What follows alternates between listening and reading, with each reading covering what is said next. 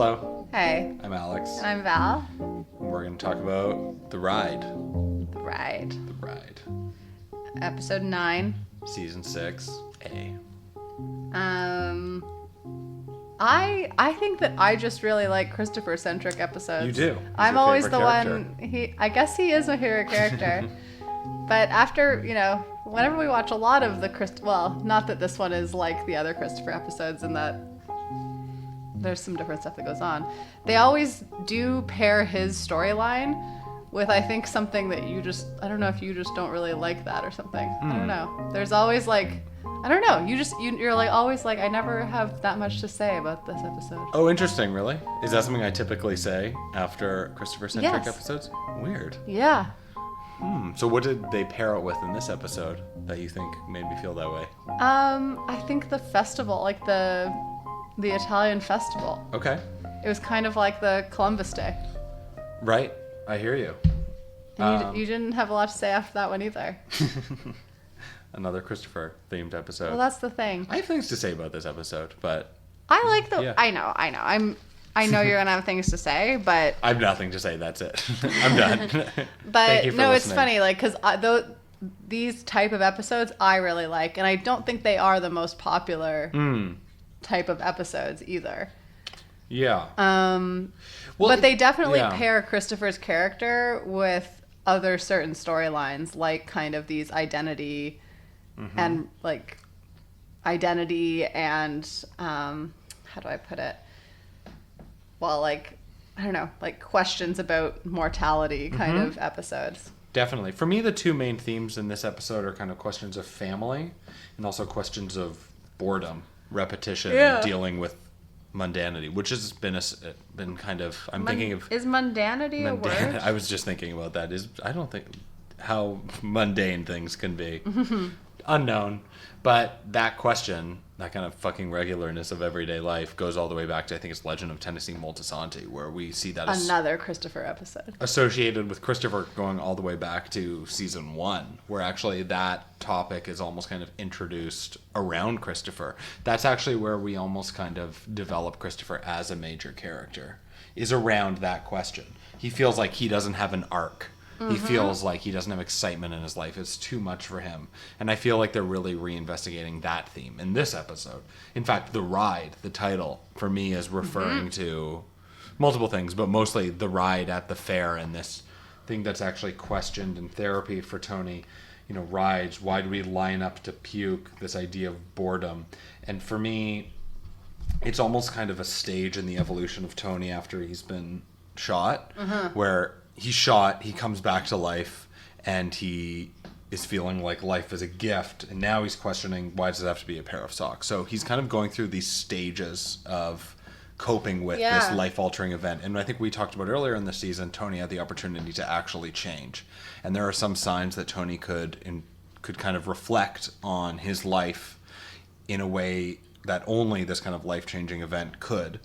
And it's possible that he could lead to somewhere much more constructive and being a better person. And now I feel like he's in a new stage, this stage of boredom, I think change, like being a better person would be boring for Tony, right? Like we saw that at the end of last episode where he, changed his mind about having sex with Juliana, right? Like, quote unquote, did the right thing. Right. And then he came home and Exactly. he was like raging. Yeah. Right? And so it's like... He can't be that person. Yeah, he was really mad about turkey. Even today, he was looking in the fridge. He couldn't find what he wanted. It's really annoying. It's really annoying for him. Like, it's really boring. And no, but I really do think, like, that's the thing with Tony is, and we see it in this episode with Christopher, and both of them have this fucking regularness of life thing. Issue, right? Yeah. I think that's like in some ways as does almost everybody. Think about Artie, too, recently. And I think that's something that's really standing out for me in this season is how the repetition of storylines from throughout the series of Sopranos showing up in season 6 is intentional. Yes. We're getting the same ideas being presented to us, the same conversations, this romanticizing night, the night with the Vipers, them kind of going over and over the exact same conversation within the same episode. We're repeating ideas because things are boring. It's all people have is to just rehash. Yeah. And it isn't exciting. Yeah. No, I think it's like, sorry, I'm just looking at my notes. There's the other scene that's a little bit repetitive for me, where after Tony and Chris hit the Vipers or whatever and steal that wine, which I have like to think more about the wine, but they go to this steak restaurant, right? And it's like very much like the scene that we had, and I forget which episode it's in, after Tony Blundetto and Tony and Chris dig up the bodies up at Uncle Pat's farm. Right. The guy who I thought was Mark Margulis, but wasn't. Right. Not Mark Margulis. And it is this kind of like, they did the same kind of like jokey thing, like reminiscy thing. But in this one, Chris takes it to this darker level, right? And we get this kind of funny, but also important flashback. I find flashbacks are always a little tough to pull off. Yeah. I mean, I like that we get this scene, right? Because surprising when it happens. It is surprising when it happens, and you know, it's we kind of were able to imagine what that scene would have been like. Right. But it is literal for this show. I mean, they were doing fine without having showed it to us. And I wonder about that one actually. Like, I wonder if that was their intention when they didn't include that in that episode. Anyways, but like, so they kind of take it like, you know, from this level of like reminiscing about all these times, like I don't know what they were talking about, like, you know, like reminiscing over this thing that just happened a few days ago. And Chris takes it to this other level where it's like, well, like, remember this, right? Or like, remember what you did for me. Yeah. They revisit history in this really funny way in this show, and characters do. I mean, like Christopher, you know, talking with Kelly when he finds out that Kelly is pregnant. I also love that we meet Kelly in this episode, and then they get married. Yeah. Also in this episode. About 5 minutes. I love that. I love it. But we have him, like, she's like, you know, he's like, my ex could never have kids. Yeah. And, you know, and then she's like, is that your ex that ran out on you? And he's like, she's probably having some other asshole's kid, that fucking tramp or whatever he says about her.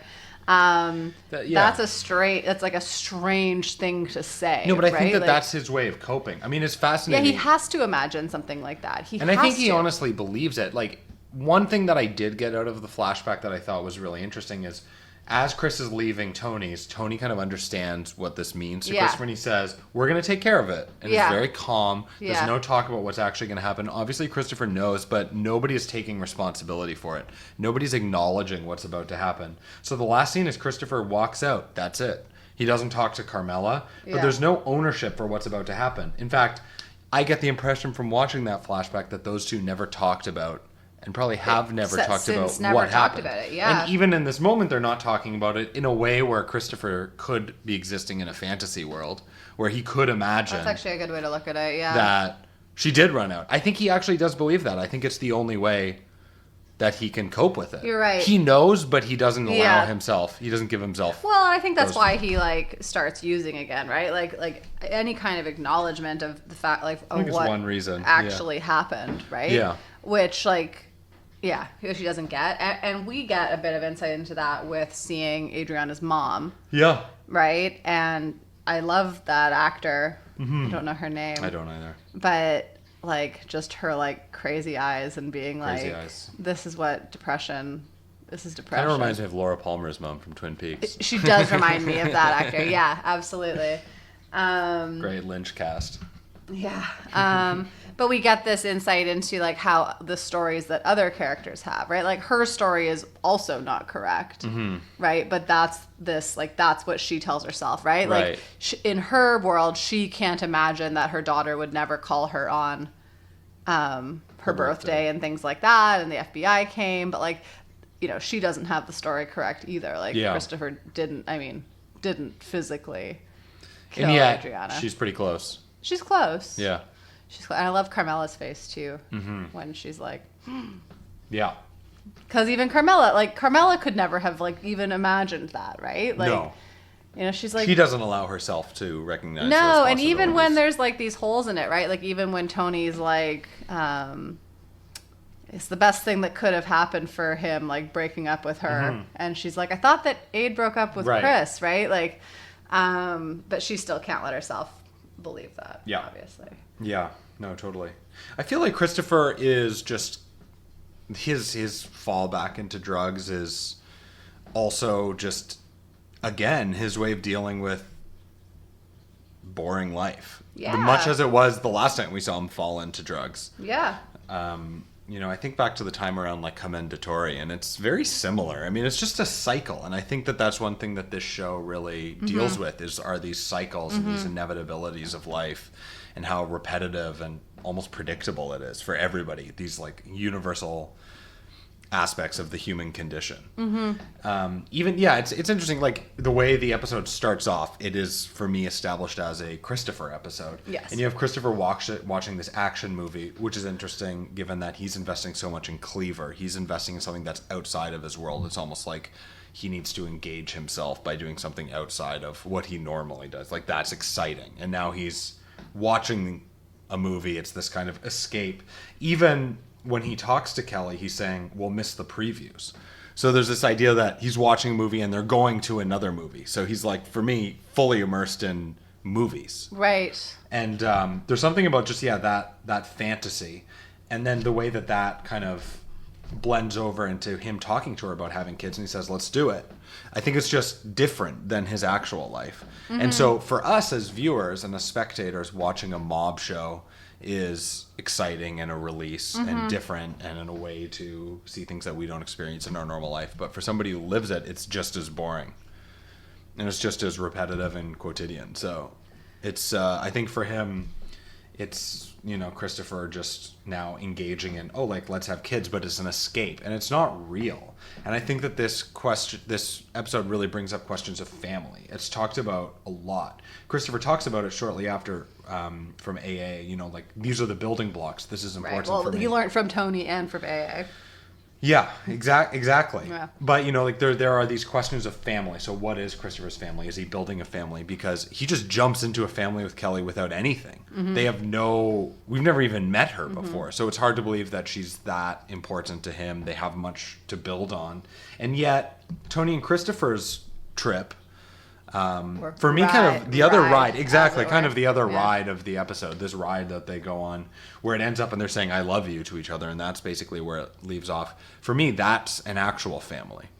Tony and Christopher have a kind of familial bond that's stronger than the bond between almost anybody else, and that's kind of the bond that maybe is Christopher's building block. And yet I think it's somewhat toxic because we have Tony pouring wine for Christopher right after he's talking wedding, about at least. Discipline, setting limits for himself, which is obviously what he needs. Well, then later he talks about not sabotaging Christopher's progress, right? Yeah, while and he's he like does. drinking the same wine. I mean, Tony's incapable of disciplining himself or setting limits for himself, but he does sabotage his progress. And actually the things that he's proud of Christopher for and that he's talking up in this episode are all going to backtrack now. And you can kind of trace it to that moment. I don't know, but I feel like there's supposed to be a connection between Tony pouring wine for Christopher and Christopher using heroin. There's a development there, and if Tony hadn't poured wine for him, I don't know if he would have, taken Corky's drugs and then ultimately started injecting again. Yeah, I don't know, but Tony's definitely not establishing like a strong foundation for him. Well, again, like that. Sorry, I'm yawning.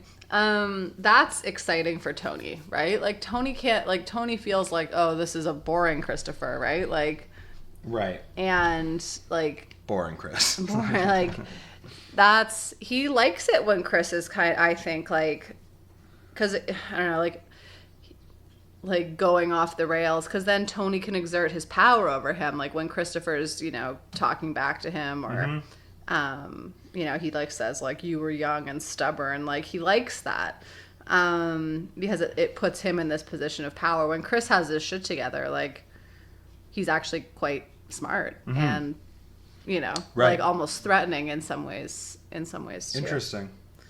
I don't know, like that scene at the end when Tony's putting the rest of the wine bottles away, and we'll talk about the wine too, because I feel like that's like such an interesting one. But we have this long scene of silence, right? Where Chris goes to the basement, Tony's putting away these bottles, and he says something like, so like, what's new with you or whatever, and Tony's like, nothing. Yeah. And then Chris just stands there. I really wonder like what he went there to say, right? Oh, interesting. We just see him go to the basement, and he doesn't say anything.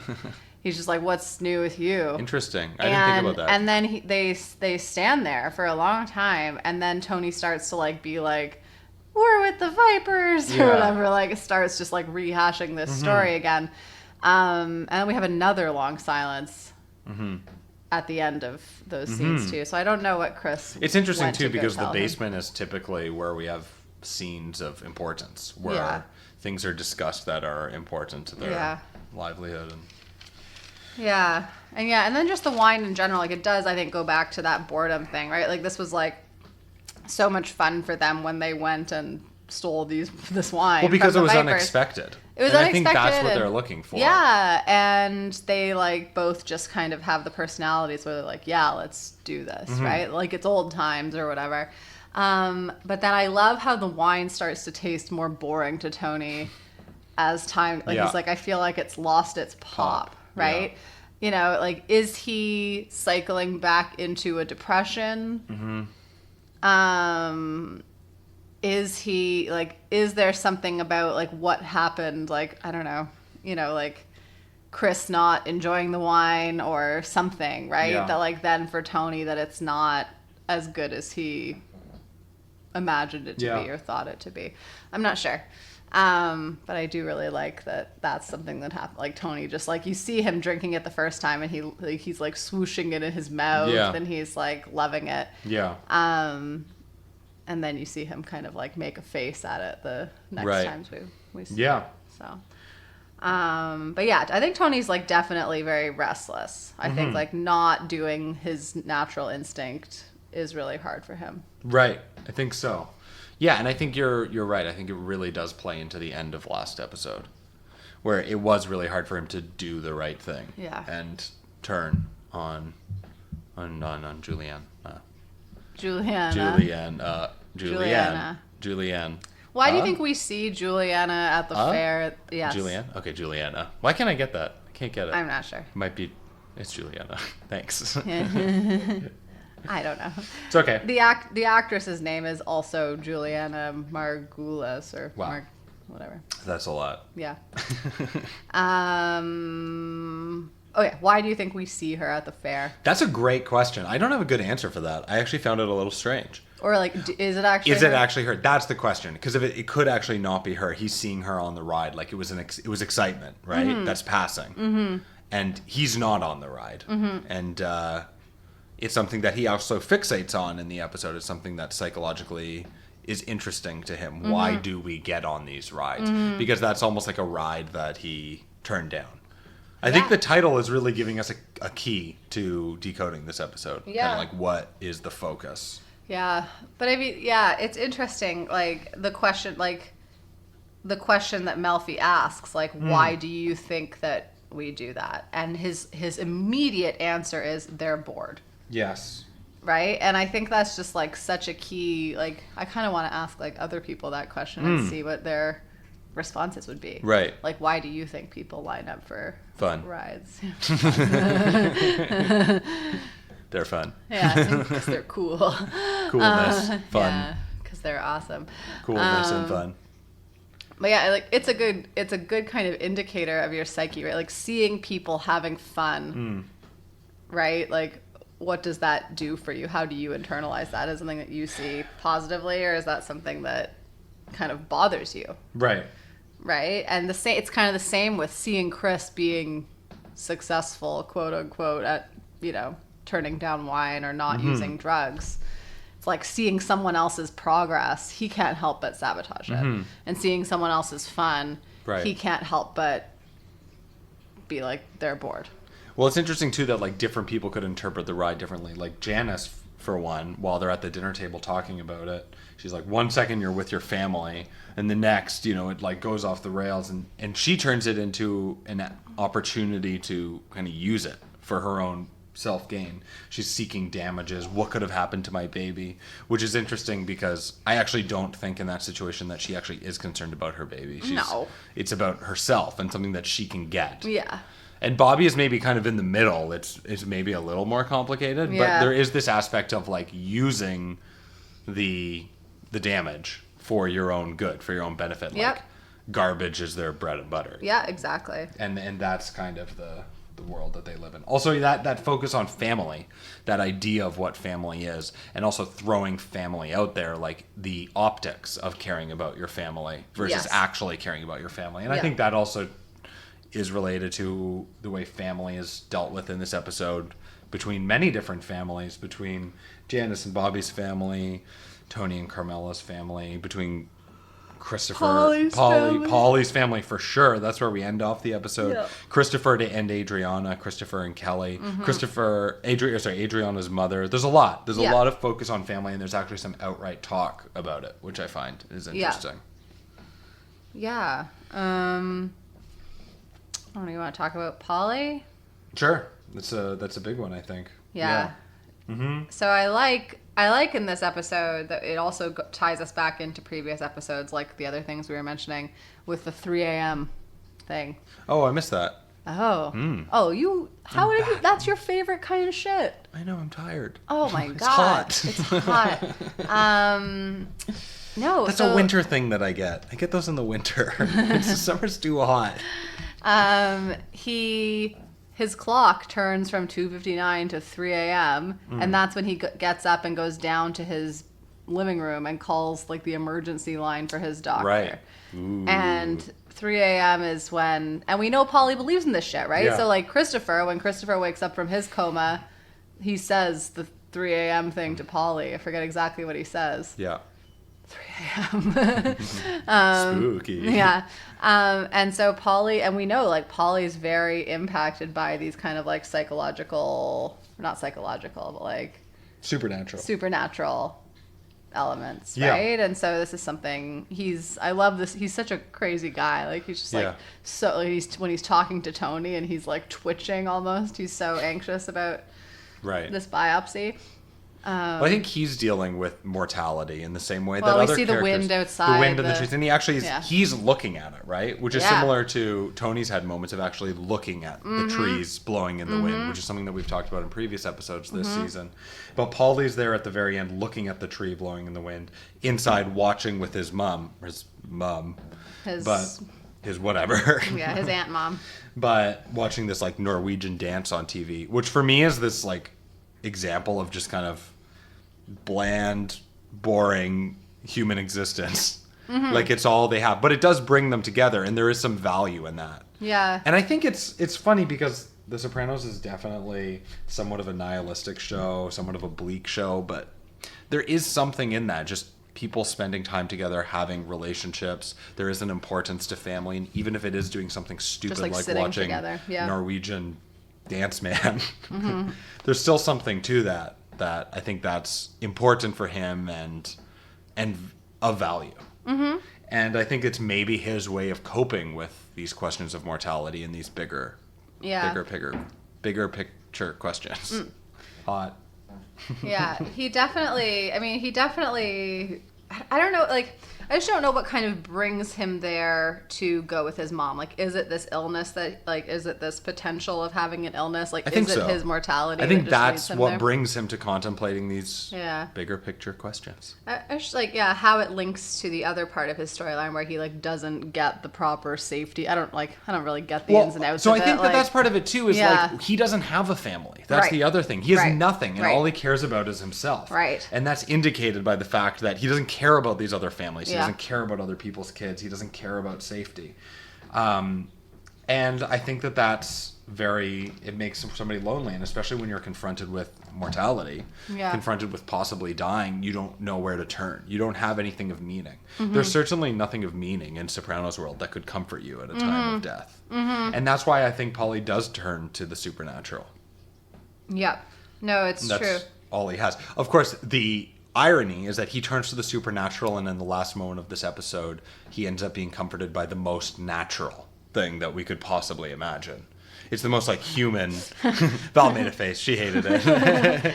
Is Norwegian weird dance man? Lederhosen dancing? It's not supernatural. No, it's just it's it's so. Yeah, you're right. It's not natural, but you know what I mean. It's like on the other end of the spectrum of supernatural. Yeah. It's human. It's basic. It's just a basic connection. Yeah. And he doesn't need fantastical things to describe what's going on or ghosts or spooky things. But he does just have comfort in these kind of simple human connections. It's funny, yeah, like how he copes with not having a family, right? Like with Christopher's bachelor party even, like he's weird. He tries to get half a dozen extra large Newark T-shirts from the festival, I guess, like to give to the rest of the guys, right? Like all these extra large. I mean, that's a great present. All these extra large guys, yeah. If anybody would like to buy, at least me, I don't know about you, but a Newark T-shirt, I would love that. Yeah. But yeah, like he's. It's an interesting one, like how he treats his like quote unquote mob family. But then it's also interesting his interaction like around this festival, right? This is something that obviously he's very passionate about. Mm-hmm. He's passionate about the money that comes from it, but he is also passionate about, like he was about Columbus Day, these kind of symbols of Italian culture. And that's because like that's also his family. Like I think he holds very tightly to those elements. Right. But then of course like money always can overtake. Right. He doesn't care that much. That, right? He doesn't care about safety. He doesn't care about the gold hat. No, he doesn't care. Which is, I love that scene where people are like, "Where's the hat?" Like just like really upset. And he definitely doesn't really care about donating more money to the church. He's in this interesting situation right at the beginning of the episode where he's being told times have changed and he doesn't want to change. Yeah. Which well, obviously it links back to the past episode too. They're talking about like there's less help than ever from the federal government for things like this, right? Like it links back into like it's over for the little guy, the corporate America kind of thing, right? Like it's like this more materialistic corporate culture, right? Like big box stores and stuff like that, which is interesting. Yeah. But yeah, Saint Elzier. It's I remember we looked this up another time we were watching the show. We didn't do. Oh right, like who Saint Elzier is. Yeah, we didn't. We were at the beach today, so we didn't. Yeah, we were at the beach. Do any reading. It's our excuse. But I think there is actually a festival like this in Newark, but it's not Saint Elzier. It's someone else, but I forget who it was. Anyways, well, what is it in New York? The big one's San Gennaro, right? That's the one. San Gennaro. I probably messed up the name, but maybe it's big. Yeah. I went. It was fun. It was cool and fun. I like Zeppelis. Any festival I love with Zeppelis. But I think this is off topic. I think Zeppelis are traditionally for the Feast of Saint Joseph. Okay. I mean, I know it's like around Easter you can normally get Zeppelis. Yeah, I love Zeppelis. They're so Saint Joseph's is around Easter. Good. Love Zeppelis. Yeah. Oh, there's also a cannoli eating contest at this festival, which I would love to be a part of. I'm very on board. I don't know if the actual one in Newark has a cannoli eating if there is competition. I'll be there. Okay. Every we year. should scope this out. Yep. Wait, what are we gonna do when we're finished our podcast? That was what Alex is asking me today, more. and I think we'll like go investigate these things further. Yeah. But yeah, Polly, Saint Elzier, this festival. It seems fun.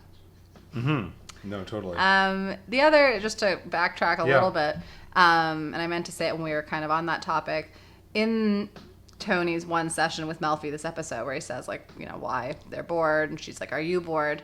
They talk about, he's like, I wish it didn't have to be a pair of socks. And he's like, it's just the human condition. And she's like, well, what do you mean? Like, what is? And he doesn't answer that question, right? Like, he doesn't. I think that, yeah. And so I don't know if he's saying if it's boredom or if he's like, is boredom a human condition? Right. Or what? That's a big question, though. Yeah. I mean, for Tony to come up with an answer for that basically. Yeah, but what was he, show. referring to? Right. Is my question. I think it's also up to us to figure it out. Yeah. And I think that's a question that's too big. And it's important for us to think about and maybe not be given the answer to. And Tony doesn't know. That's the whole point. No. Nobody knows in this world. And we can never know. Yeah. It's too big of a question. But it is interesting to kind of surmise what Tony's answer could be. I mean, it might be boredom. I think it's just such a central part of this episode in particular. I think that's where almost all the characters are. Yeah. That's kind of what everybody's dealing with. For me, it was interesting, that scene with Christopher where he's with Corky and he chooses to actually take some of the drugs. But he gets in the car and he's talking about his house and he's talking... Yeah, like, how about this car? And like, how about, well then, it ends up, how about the car? Like, Corky doesn't care. No, Corky just wants drugs. Yeah, and so does Christopher, really. Yeah. But it's like, it's a mask. It's a coping mechanism. Yeah. It's something basically that he's learnt as an addict, as a way that he can kind of put his, obsessive behavior into something else. And he's, getting this house and this car, and he's impressing people, including Tony, who says that he's doing well. But ultimately, all those same issues are there and he can't cope with it. Mm-hmm. And it is boredom, because obviously at any step of the show, we can tell that a house and car isn't going to be able to appease Christopher. He's looking for something much deeper than that. Yeah. Yeah. And I think that's why I really like the Christopher episode so much, is I think that for me, Christopher, maybe Christopher's just a character that really speaks to me. I don't know. That we all... Do you get bored of things easily and turn to heroin? Listen, I don't turn to heroin, but I think it's like, I think his kind of adventure in this really interests me. Every time I watch it, because he does have we know that he does act. He's probably the one character that does have these other interests outside of what he's currently doing. Yeah. Right? And that he's like, especially when he was doing more of the writing, like we see it still now with Cleaver, with the movie, right? But he's not a writer in that movie, right? He's just like kind of a producer. Executive producer. Like, so, but he does, like, there is this other world. And I think that's, also what makes me so sad with, thinking back to Adriana's death, right? In that episode, she does say, like, we could go wherever. Like, she's like, we could go out west or something. What does she say to him? Like, right. I know what you're talking about. And so I constantly am always thinking about that for Christopher, right? Like, especially in the moments where you see him kind of like being clean and right. What could he have been? Yeah. So, yeah. Anyways, makes me sad. So yeah, it does make me sad. Yeah. Mm-hmm. We have Tony and Phil cutting out Johnny Sack, which is interesting. It's kind of a throwaway part of the episode, but it does kind of develop the relationships and where everybody stands, and also for me, kind of played into that idea of family. Yeah. Because they are supposed to be these two kind of joint families, and Johnny should be kind of cared for by Tony and Phil at this point. Yeah. And at this point, they're just turning on him because he's weak and distant. What even were they talking about in that scene? Like, what are they cutting him out of? Oh, yeah, that's a good question. There was a deal that had to happen tonight. Yeah. I guess it wasn't the wine. I thought it was the wine. I thought it was the wine at first, but I guess Tony's stalking it, so I guess it isn't. Yeah. I'm not sure. We found out that Christopher got $300 for the 5 cases, which is very confusing to me. I don't understand the number. It's always been a very confusing moment. Yeah. My best interpretation is that he gets $300 per case, so he got $1,500. Which doesn't seem like that big a deal to shoot somebody for. But like then I'm like, well, like like is it 300,000? Because then that also doesn't make sense. How many bottles of wine are in a case? Can't drink wine. I get like headaches. Like 12 maybe. Okay. That would be very expensive wine. It would be. For 5. Yeah, for 12 that would be like $5,000 a bottle. Right. Whoa. I mean, it's really good wine. Maybe that's what the Vipers were stealing it for. They were stealing the ATM too. Maybe they knew what they were doing. Yeah, I don't know, but it is a number that doesn't make sense to me. Shitload of money. Yeah. If that's the case, they did very well. Congratulations. Yeah, well done. But yeah, he wasn't talking to Phil about the wine. I don't think. I don't think so.